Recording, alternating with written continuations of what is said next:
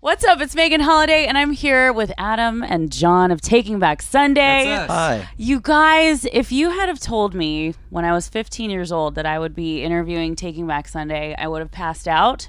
Really? Same. Yeah, If you would have told me that, I would have. Sorry, I just kicked No, your you're foot. good. I would have thought the same thing. I would have been like, "Who is that?" Yeah, you would have been. Yeah. Be But like, let "Is me that a tell you. Morrissey B-side?" But let me tell you something. You might have recognized me because the first time I crowd surfed was at Really? your show Oh. at the Glass House with the Used and Oh, Blood oh, Brothers. I That's remember that amazing. show. Yeah. Holy smokes. Yeah. We were in the Wow. the green van back then. You guys, That's right. that show blew my mind, and that was when I was first getting into, the emo scene. And I think what was so cool back then was everything was word of mouth. It was like, hey, here's this burned CD of Tell All Your Friends, and everything. Well, it worked. Yeah, it worked. Good people. Is There that was- crazy? We like when we were burning the demo. Well, so we ended up naming the record that because it worked, or the first record, and then because we called him, Sean would burn them in his basement at his parents' house, and we called them the Tell All Your Friends demos, because we hope people would tell all their friends, and then they did, and we're like, this is. Let's keep it I going. love it when a plan comes together. And here we are, God. and now up to 152, which is also came out in October. But what's crazy is that number 152. It's been on every record cover since Tell All Your Friends. It's like What? hidden on each one, like a little Easter egg for our friends, so they know that So what's the we're meaning? always thinking about them. Well, it's just there's. It started. It's this exit in North Carolina. There's this little stretch of highway to where 80 and 40 they come together, or 85, sorry, and they form one highway, right? And so we grew up or I grew up in a small town in High Point, North Carolina, and then so all the shows you had to go up to like Chapel Hill, and halfway there, because that's where the colleges are. Oh, okay, And, okay. and so halfway there, there was a stop, exit 152, and then these guys were nice enough to just let me stick it on everything. Well, in the Tell All Your Friends, there's a picture of the actual exit on the back of the album, right? Mm-hmm. Oh, And it was okay. also sort of a coincidence because someone on Victory made the design for the cover, which happened to be like a highway with a sign. Unless I don't remember if you had that idea, because I didn't remember any of us having that. But then it all just sort of naturally moved into that 152 sign on the back, and then from then on, every album. That's so crazy. Yeah. Well, it's just, again, things just kind of coming together and aligning for Yeah. your band.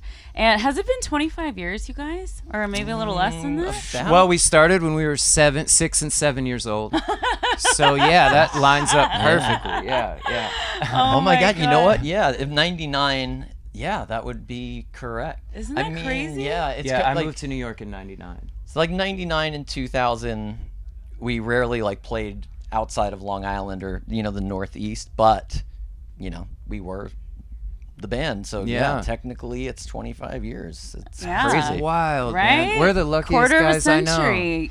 Yo, it's like crazy because I feel like this little kid. It doesn't feel like any of that time has passed. I'm just kind of like, I can't believe we get to do this. Yeah, I know. Well, But, so man, tell me, how did weekend one go? And are you excited to play today? Do you feel a little less nervous, maybe? Or Nerves are still at an all-time high for Yeah. me. I I don't feel know less about nervous you. today Yeah. than last time. Oh, Well- I don't. Damn it.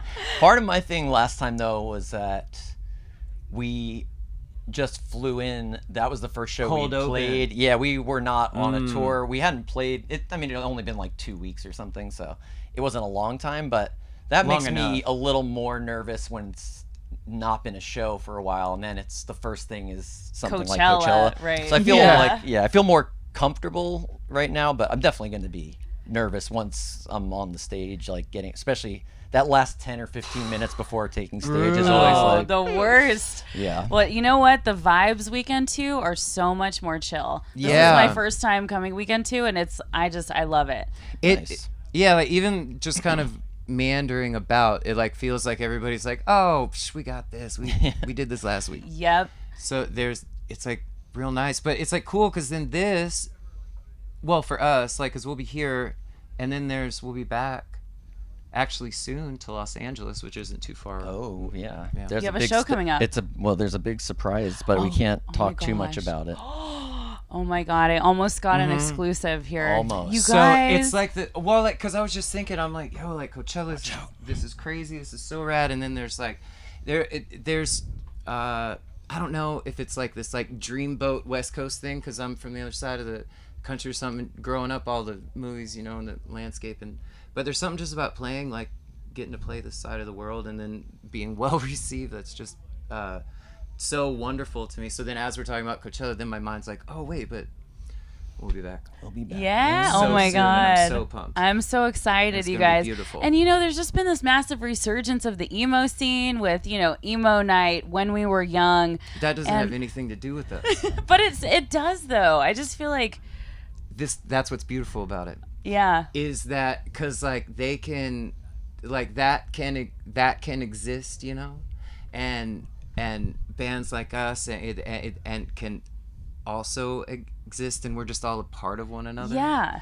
And then there's one of the things I love so much, and that I just feel so lucky is that like I feel like I found my people and we've gotten to grow up together, you know, like Yes. like just through the shows and like the whole thing, and that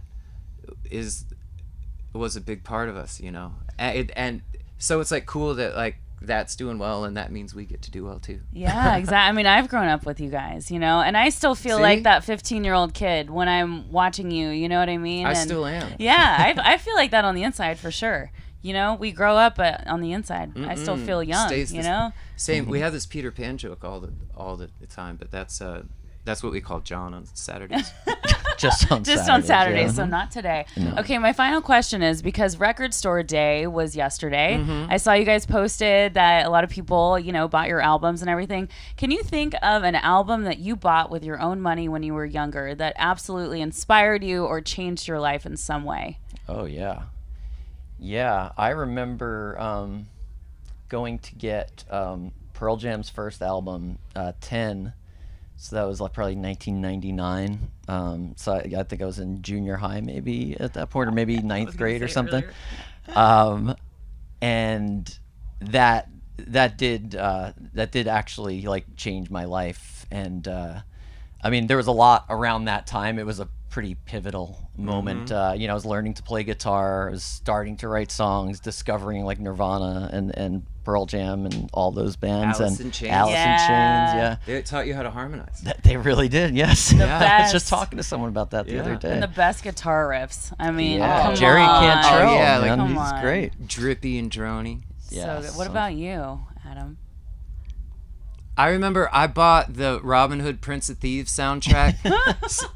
You know the movie, Kevin Costner Yeah. and Snape's in it, Alan Rickman, and then plays the sheriff. And I got the soundtrack because that Bryan Adams song, oh my God, I love it so much to this day. And then, but the thing is, the whole thing, it was on cassette, the whole thing is the score for the movie, and at the very end, there's the one Bryan Adams song. So I would just have to like, Fast forward. yeah. And then just rewind that song and hit play again, and then And like, rewind then I and hit ended play. up just listening to just letting it play, and then I found out like 20 years later that he had a record that came out around the same time with that song on it and all the other Was there Bryan other Adams song that I And love. you didn't know. No, not until way later. But see, that's dedication. You Yeah, know? It's a yeah, dedication to music. Oh my goodness. Well, you guys, I just Nobody told want me. you to know how much your band means to me, means to so many of us. Thank you for so saying many that. KROQ Thank you. listeners. Thanks for letting us be No, I'm part telling of you. your trip, man. Because Yeah. and thanks for being a part of ours. This is just what a cool, man. Yeah, it's thank like you. real magic. You It know? really is. I love you guys so much. And thank you so much for joining me today. Yeah. Thanks Thanks for for having us. watching. Taking Back Sunday.